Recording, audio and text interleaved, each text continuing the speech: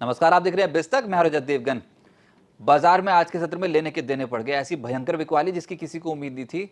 एशियाई बाजारों में हम कम टूटे हैं, लेकिन टूटे तो हैं भैया। इंपॉर्टेंट लेवल्स नीचे की साइड पे टूट गए। कहाँ सोच रहे थे कि 24,200 24,250 के लेवल के पार होंगे, वैसा बिल्कुल भी नहीं हुआ। 24,000 का लेवल भी गया, 23,900 भी गया, और आज के सत्र में तो वन वे ट्रैक पे झरने के तरीके से टूटे हैं। तो क्या हो गया इस वीडियो में बताएंगे। शुरू से आखिरी तक ये वीडियो जरूर देखिएगा। लेकिन सबसे पहले तो ये भी बता दूं आपको कि दक्षिण कोरिया का बाजार 10% के लोअर सर्किट पे बंद हो गया है। वहां पर तो और भी बुरी हालत थी। 10% लोअर सर्किट का मतलब समझते हो आप? किसी मार्केट में अगर ऐसा कुछ क्रैश हुआ हो तो हालत क्या टाइट होती है। वैसे वो चढ़ते भी ऐसी हैं, लेकिन आज गिरे भी बहुत भयंकर तरीके से। अब हुआ क्या कि संकेत तो वैसे पिछले सत्र से अमेरिकन मार्केट से कुछ बढ़िया तो थे नहीं। नैस्डैक गिरकर बंद हुआ था और वहां पर स्पेसएक्स का शेयर बहुत जबरदस्त तरीके से बिकवाली की चपेट में आ गया था, 16% नीचे।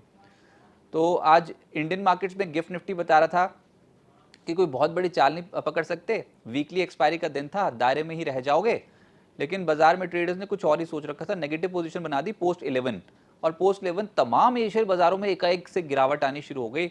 निके भी नीचे, कॉस्ट भी नीचे, और हमारे मार्केट में भी आप देखो 11 बजे के बाद क्या सेलिंग देखने को मिली है। अब आज ओपन हुए 24,071 के लेवल पे, 24,135 तक पहुंचे थे। लेकिन उसके बाद एक जो थोड़ा सा दायरे में कामकाज हुआ, 11 साढ़े 11 बजे के बाद जो टूटे और झरने के तरीके से नीचे चला गया ना मार्केट, इससे कॉन्फिडेंस ही हिल गया। दिन का लो है 23,784 जो जाते जाते आया है, और क्लोजिंग आई है एडजस्टेड बेसिस पे 23,824 के लेवल की। 278 अंकों की गिरावट के साथ निफ्टी बंद हो गया। बहुत भयंकर बिकवाली थी सिस्टम में। निफ्टी बैंक 751 अंक गिरकर 57,183 के लेवल पे बंद हुआ, और सेंसेक्स 76,200 के लेवल पे बंद हुआ, 893 अंक गवाकर। सुबह बिल्कुल भी ऐसी पिक्चर नहीं नजर आ रही थी। अब इंट्राडे चार्ट्स देखो, ये 2 दिन के चार्ट्स हैं। कहां पर ये 24,000 के लेवल के ऊपर मेंटेन हो रहे थे। उम्मीद थी कि भैया 24,250 भी क्रॉस होगा, फिर 24,400 भी क्रॉस होगा। कुछ नहीं हुआ वैसा। अब तो भैया सपोर्ट ही बच जाए बस। जहां पर आ गए वो बहुत अच्छा सपोर्ट जोन है। और ये जो लेटर हाफ की सेलिंग फोर्स तो आप देखो, 11 बजे के बाद जो गिरावट आई, एक बार दिन में ऊपर जाने की कोशिश की, उसके जाते जाते एकदम से पीट दिया। इस तरीके की सेलिंग फोर्स थी। तो ये आम मार्केट नहीं थी। आज एक्सपायरी बहुत नेगेटिव कट गई निफ्टी की। और अगर डेली चार्ट्स पे देखोगे तो आप पिछले 6 ट्रेडिंग सेशंस के लोएस्ट पॉइंट पे पहुंच गए हो, और ये खतरनाक है। जिन लेवल्स पे अभी हो वो बहुत इंपॉर्टेंट लेवल है, क्योंकि वहां पर एक गैप सपोर्ट आता है। ये गैप छूटा हुआ था जिसको आप रीटेस्ट करने आए हो, तो जहां पर आगे वो बहुत ही इंपॉर्टेंट लेवल्स हैं। अब देखते हैं यहाँ से खरीदारी कब आती है, लेकिन अभी तो संकेत नेगेटिव है। और आज के सत्र में तो अक्रॉस द बोर्ड फार्मा को छोड़ के कुछ चला ही नहीं है ढंग से। अच्छा, एडवांसेस निफ्टी के मात्र 7 और गिरने वाले 43, और ब्रॉडर मार्केट्स पे 1020 शेयर चढ़े, उसके मुकाबले 2280 शेयर्स गिर गए। निफ्टी पे जो सबसे तेज हुआ वो सिप्ला, नाम मात्र का ही ऊपर है 1.25%। फिर Power Grid, Doctor Reddy's, Asian Paint, Sun Pharma, इनमें भी हल्की खरीदारी देखने को मिली। पावर ग्रिड भी चल गया 1%। लेकिन जो गिरावट थी उसमें इन्फोसिस, विप्रो, टीसीएस, ये आईटी स्टॉक्स की तो वैसे ही बैंड बजी पड़ी है। और अभी भी 3%, 3.5% की गिरावट एक ही सिंगल ट्रेडिंग सेशन में। फिर जेएसडब्ल्यू स्टील, अदानी एंटरप्राइजेस 3% से ज्यादा टूट गए। एफएनओ गेनर्स में आपको फार्मा नजर आएगा, जिसमें Laurus labs, Aurobindo pharma, Zydus life 2.5% से 3% चढ़ गए। और नौकरी और पेज इंडस्ट्रीज में भी आज खरीदारी होती हुई नजर आई। लेकिन गिरने वालों की सूची ज्यादा है और परसेंटेज के लिहाज से डेंट्स ज्यादा है। पिछले कुछ दिनों में बहुत उछल रहे थे, लेकिन अब गिर रहे हैं। मेटल्स में तो बहुत ही तगड़ी बिकवाली इसलिए भी क्योंकि डॉलर इंडेक्स ही 101 के लेवल के पार निकल गया, और मेटल्स अक्रॉस द बोर्ड गिर गए हैं। तो वेदांता आज लगभग 8.8% नीचे था, नाल्को 6% नीचे। वायदा कारोबार के सबसे कमजोर ऊपर के 4 शेयर्स मेटल्स ही हैं, जिसमें वेदांता, नाल्को, हिंजिंग, जिंदल स्टील, ये सब स्टॉक्स टूटे हैं। और अशोक लेलैंड 4% नीचे जाके बंद हुआ। फिर मिड कैप गेनर्स में कोहांस, आज इस स्टॉक में अच्छी खरीदारी थी, 13% ऊपर चला गया। फिर शिल्पा मेडिकेयर 8% ऊपर, पीपीएल फार्मा 6.5% ऊपर, ग्लैंड 5% ऊपर, और जीनस पार 7% ऊपर रहा। मिड कैप लूजर्स में एनआईएसीएल पिछले कुछ दिनों में बहुत उछल रहा था, आज प्रॉफिट बुकिंग इसको 8% नीचे ले आई। ईपेक ड्यूरेबल 7% नीचे, किर्लोस्कर न्यूमेटिक, इक्लर्क्स, हिंजिंग जैसे स्टॉक्स 4% से 4.5% नीचे आ गए। सेक्टर जो टूट गया बहुत भयंकर वो था मेटल्स, और इंडेक्स ही 3.25% नीचे आ गया। उसके कंपोनेंट्स में Vedanta, NALCO, hinging, Jindal steel, NMDC, सब स्टॉक्स क्रैश हुए हैं। वेदांता तो 8% नीचे चला गया और नाल्को 6% नीचे। फिर आईटी स्टॉक्स की तो वैसी हालत टाइट है, और आज भी इन्फोसिस, विप्रो, टीसीएस जैसी दिग्गज कंपनियां 3% से 3.5% टूटी हैं। एचसीएल टेक और एलटीएम भी नीचे आ गए। सरकारी बैंक से भी नहीं हो पा रहा था। Canara bank, bank of Baroda, UCO bank, PNB, bank of Maharashtra 2% से 3.5% नीचे। कैपिटल मार्केट और उससे जुड़ी इंटरमीडियरीज भी नीचे आ गई। एंजल वन, बीएससी, नाम इंडिया, 361, सीडीएसएल इन सब स्टॉक्स में गिरावट देखने को मिली। बॉम्बे स्टॉक एक्सचेंज 2.5% नीचे रहा और एंजल वन 3.25% नीचे। रियल एस्टेट स्टॉक्स में दिन की शुरुआत तो ठीक हुई थी, अच्छे भले चढ़ रहे थे, लेकिन एपिसोड ही बदला है 11 बजे के बाद। तो ब्रिगेड, डीएलएफ, अनंतराज, लोधा, शोभा, ये सब स्टॉक्स नीचे आ गए और ज्यादातर स्टॉक्स में आप देखोगे हरे निशान में अच्छी खासी ओपनिंग हुई थी और ऊपर भी जा रहे थे, लेकिन वो बाजी पलट गई।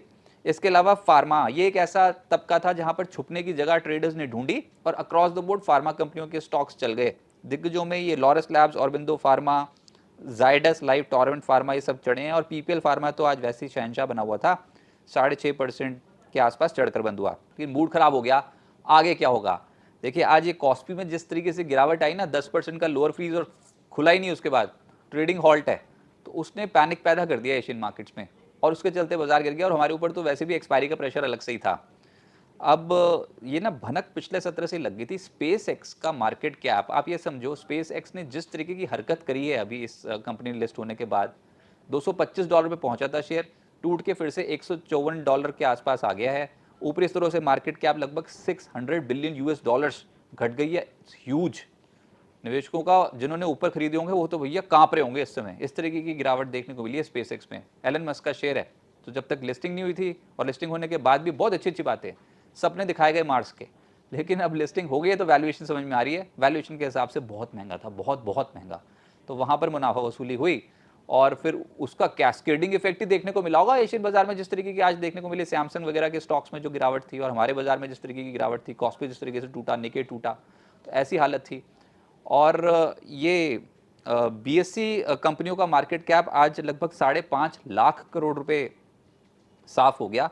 और मैं फिर कहूँगा कि ये जो गिरावट है ना, इसमें आप निके देखो 3.5% नीचे, कॉस्पी देखो 10% नीचे, तो आम गिरावट तो है नहीं, इसको एब्जॉर्ब होने में टाइम लगेगा। एक एक चल गए तो बहुत बढ़िया, लेकिन कोई बाउंस आएगा तो उसको उछाल में यूज़ किया जाएगा बेचने के लिए ना, तो इस तरीके की मार्केट्स बनेंगी। और आज इंपॉर्टेंट हमारे लेवल्स भी चले गए नीचे। अच्छा, फिर अब खबरें भी बहुत अच्छी अच्छी थी कि यूएस ने 60 दिन का जो ये 60 दिन के लिए ईरान की जो तेल बिक्री के ऊपर सैंक्शंस हटा दिए हैं, तो अच्छा लगा था सुन के, कच्चा तेल नीचे आ रहा था। लेकिन हुआ क्या कि न्यूक्लियर साइट्स की इंस्पेक्शन को लेकर पेच फंस गया है। यूएस में जेडी वैंस और डोनाल्ड ट्रंप कह रहे हैं कि न्यूक्लियर साइट्स ईरान की जो उसकी इंस्पेक्शन अलाउ कर दी है ईरान ने बिल्कुल मना कर दिया है। ईरान बोल रहे हैं हमारी न्यूक्लियर साइट्स की और देख भी मत लेना गलती से भी। तो बताओ ये कैसी फिर बातें हो रही हैं, ये भी समझ में नहीं आ रही। और ये भी एक कारण था कि जिसकी वजह से बाजार एकदम से काबू, भैया ऐसा क्या हो रहा है उनके न्यूक्लियर साइट्स में। तो ये वाली चीज़ जो है, इससे भी बाजार परेशान है। डॉलर इंडेक्स 101 के लेवल को पार कर गया, 13 महीने की ऊंचाई पर है। अब कमोडिटी मार्केट हिल गई है इसकी वजह से, $77 के आसपास ब्रेंट क्रूड ऑयल है, लेकिन सोना, चांदी, बेस मेटल सब में गिरावट देखने को मिल रही है। शेयर बाजार में अचानक आज बिकवाली आ गई तो बुल्स की कमर ही टूट गई। अब जो गैप की मैं बात कर रहा हूं, गैप सपोर्ट, वो है 23,645 से लेकर 23,817 का लेवल। इस पे कोई ट्रेड ढंग से हुआ नहीं, इसको टेस्ट भी नहीं किया था अभी, बस टच एंड गो हुआ था एक बार, लेकिन ये फिर से इस गैप को को टेस्ट करने आ गया मार्केट। तो ये बहुत बहुत इंपॉर्टेंट लेवल्स हैं। आप देखोगे ये 23,800 के लेवल और 23,645 के लेवल, इसको ह्यूजली रिस्पेक्ट करेगा मार्केट, ऐसा लग रहा है। और 50 दिनों की औसत भी 23,825 के आसपास आती है, जहां पर आज आप बंद हुए उसके आसपास। और तेजी तो अभी बनने वाली शायद है नहीं इतनी आसानी से, लेकिन 23,950 और 24,050 ये लेवल जब क्रॉस होंगे तो इसके बाद हम कुछ तेजी के बारे में सोच सकते हैं, क्योंकि शार्प फॉल थी ना, ऐसे फटाक करके नीचे आए हो, इसको ऑब्जॉर्व करने में थोड़ा समय चाहिए होता है। तो चाहे फियर फैक्टर की वजह से आए हो, लेकिन आ तो गए नीचे 24,000 के लेवल के। और ट्रिगर जो पॉजिटिव वो है भारत और यूएस की ट्रेड डील पोटेंशियल, अगर उसके ऊपर कोई अनाउंसमेंट आती है तो वो एक पॉजिटिव ट्रिगर बन सकता है। यूएस के पीसी और Q1 जीडीपी आंकड़े आएंगे कल, वो इंपॉर्टेंट ट्रिगर है। लेकिन अब फिर बता दूं, सपोर्ट तो एक गैप सपोर्ट ही है, 23,645 से 23,817। 23,645 टच करके ऊपर आ जाए तब भी बहुत बड़ी बात है, लेकिन जिस हिसाब से टूटे तो पता लग गया ऊपर कोई टोटका करके बैठा भाई। 24,224 400 वाले जोन पे पंगा नहीं लेना, कुछ ना कुछ तो होता है यहाँ। और नीचे अब देखते हैं ये लेवल सपोर्ट कर पाते हैं कि नहीं। ऊपर से जो रेजिस्टेंस है वो तो मैंने बता ही दिया कि 23,950 को पार करना जरूरी, फिर 24,050 को क्रॉस करना जरूरी। इतने अच्छे तरीके से ऊपर चल रहे थे, लेकिन आज मूड खराब हुआ है, बहुत ही तगड़ा डेंट पड़ गया और बिकवाली ह्यूज थी। स्पेशली ये जो कॉस्पी में दक्षिण कोरिया के बाजार में गिरावट आई ना, उसने बहुत ज़्यादा कॉन्फिडेंस एकदम से हिला दिया था। अब वो मार्केट थोड़े शैलो हैं, यानी कि वहाँ पर कुछ चुनिंदा कंपनियों के स्टॉक्स चल जाते हैं तो उनकी मार्केट चल जाती है, वही गिर जाते हैं तो गिर जाते हैं। हमारे मार्केट थोड़ा वेल ऑर्गेनाइज्ड हैं और अच्छी खासी मार्केट कैप बहुत सारी कंपनियों की, तो हमारे मार्केट को इतना ज़्यादा शेक करना बहुत ज़्यादा मुश्किल होता है। लेकिन जो हरकतें हो रही हैं स्पेस एक्स के आईपीओ में के बाद की लिस्टिंग, अच्छा बोल के मार्स पे जा रहे हैं, मार्स पर जा रहे हैं करके ऊपर चढ़ाया, वैल्यूएशन स्काई हाई थी वहाँ से गिरा तोड़ दिया, और जो जिस हिसाब से आज एशिया बाज़ारों में बिकवाली हुई है, तो थोड़ा सा संभल कर, लेकिन सिस्टमैटिकली इन्वेस्टमेंट करो। बड़े शार्क्स से पैसा खींचना इतना भी आसान नहीं है, और आपको पता ही है कि कौन ट्रेड कर रहा है मार्केट में अभी। तो थोड़ा सा संभल के और सिस्टमैटिकली इन्वेस्टमेंट करेंगे तो ये फेज़ भी पार हो जाएगा।